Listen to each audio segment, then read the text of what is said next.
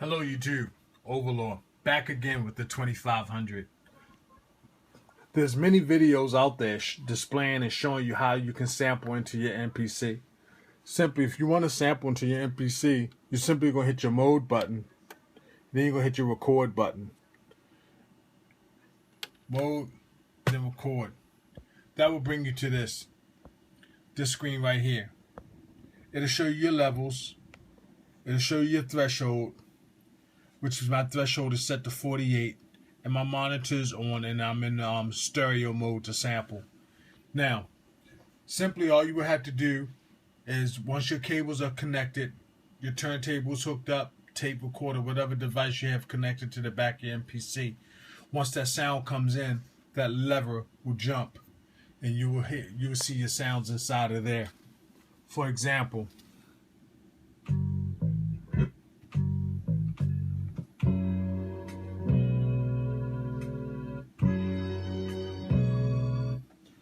that's the most simple and most classical way to sample. I'm not going to cover this method simply because there's a lot of videos out there and a lot of people, showing you how to do this. If for some reason you can't find a video, please contact me and I'll instruct you to a video, or I will make one simply showing how you sample directly into the MPC. But what I want to cover today is how to use your drive. Say you have a CD and you want to sample from a disc. You simply put the disc in, slide it in. Pretty simple, right? Now, once that disc is inside, you want to hit your mode button. And then you want to hit your load button. Just like I did when assigning my drum sounds, I'm going to go to where it says load. Right now, it's selected for hard disk. If I scroll through, CD audio, and as you can see, the tracks are listed on the side.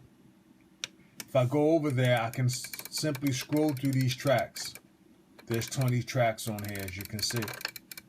Right over here will just let you know the time and the length of the song of that particular track. So let's go to track 4. If you want to audition, just hit play and it will play the song.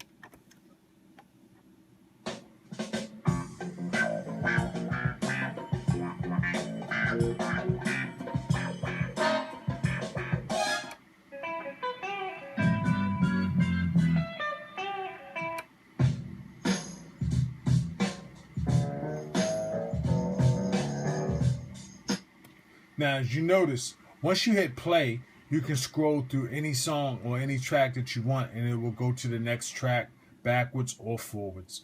And what I mean by that is the previous track or the next track, not in reverse. All right? So, let's say I want to use this sample, and let's say I like those drums in the beginning of that, and I want to load that. I will simply hit do it. Now, what the MPC is doing, it's going to load that whole entire track. The whole 2 minutes and whatever seconds it was of that track. Now, you do have 128 megabyte of RAM, which is quite a lot if yours is fully installed, fully upgraded. If yours is not fully upgraded, you may find yourself running out of RAM pretty fast. All right? And as you see, it went straight to my assign to pad window. Do I want to assign this sample to a pad? No, I do not. So I'll simply hit F4, and now it's gone. So, where is it? It's on the RAM. So, how do I access it? I'll hit my mode button, and then I will go to my trim button, which is pad number 6. And as you can see, track 6 is there. As you can see, track 6 is there.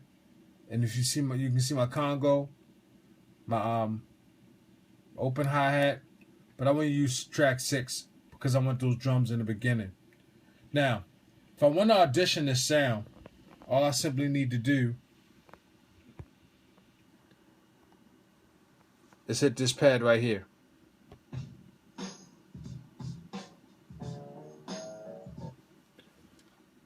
So, I just want the drums in the beginning. So what I would do is, it's hard to see, sorry. Right now I'm on track 6. This is my sample. If I move my cursor over, this should take me to my start point. Alright, I can also zoom in by hitting F3.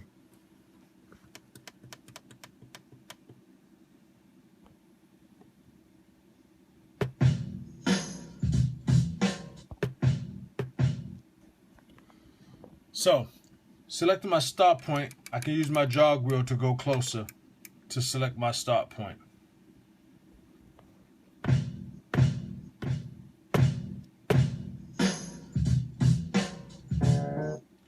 Alright, now I will zoom out. I'm simply zooming out because I want my cursor to go to the beginning of the sample as fast as possible. So now I will select my endpoint.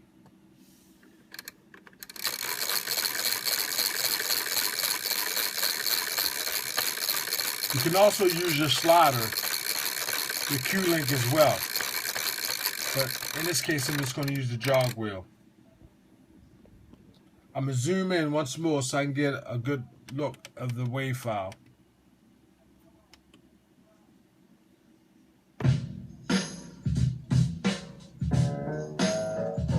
Alright, I see that I want to get it before the music starts, and I'm assuming that this big wave file is where the music starts.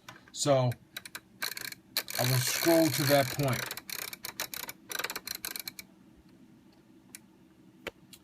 Now, pad 13 is your loop pad. So if I hit that pad,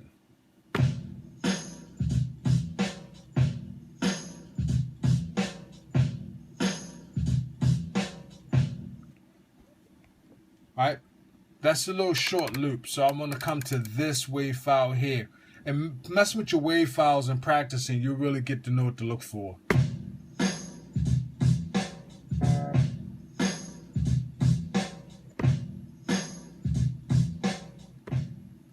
Alright, so that's too long.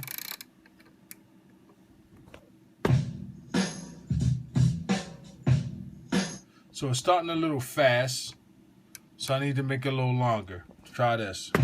4, 1, 2.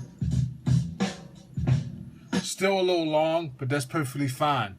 Say I want to use this, and all I want from this, if all I want from this sample is those drums, I would simply hit my edit window. And if I want to, I can discard. Discard will erase everything except for the drum beat that I have selected. Now, if there's something else I want from that song, I will simply use extract.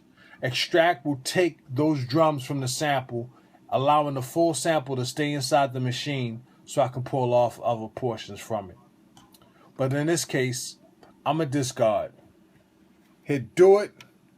That discards the rest of the sample, freeing up my RAM. Alright, so there it is. I have my drums. Now, say I want to use them. Now, if I hit my loop pad,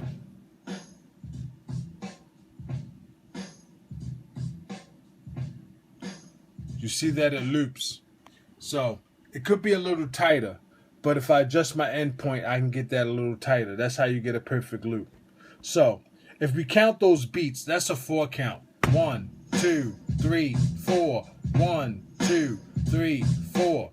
Now, if I hit this pad, which is pad 1, this will play and stop. 1, 2, 3, 4, 1. It stopped. Now, a lot of people say, well, I want to chop this up. I want to make it a sound kit. As you can see, chop is F5. Hit F5, and you got your chops. It's an 8 count. So therefore, I generally double that. So instead of having it set to 16, I will turn this to 8.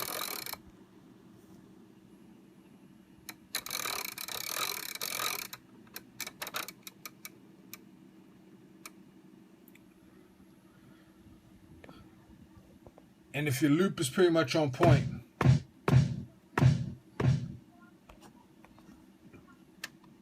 now I can scroll through my different, that'd be pad 2, this would be pad 3, 4,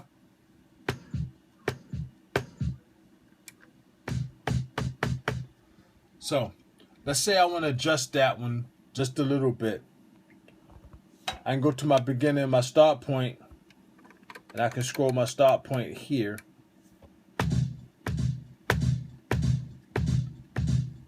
So now I can get that double kick.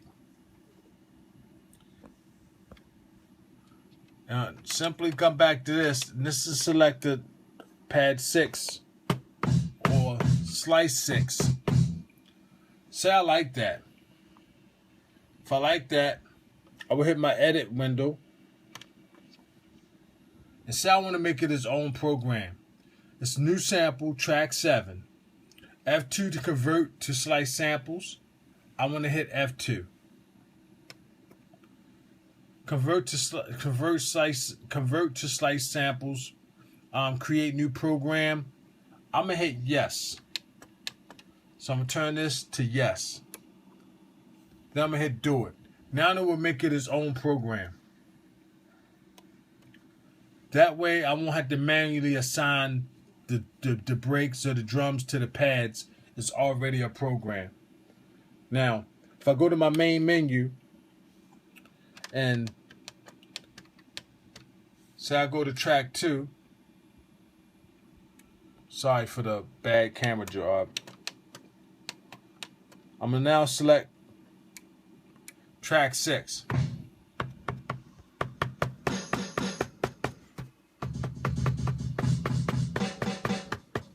So I just made a kit.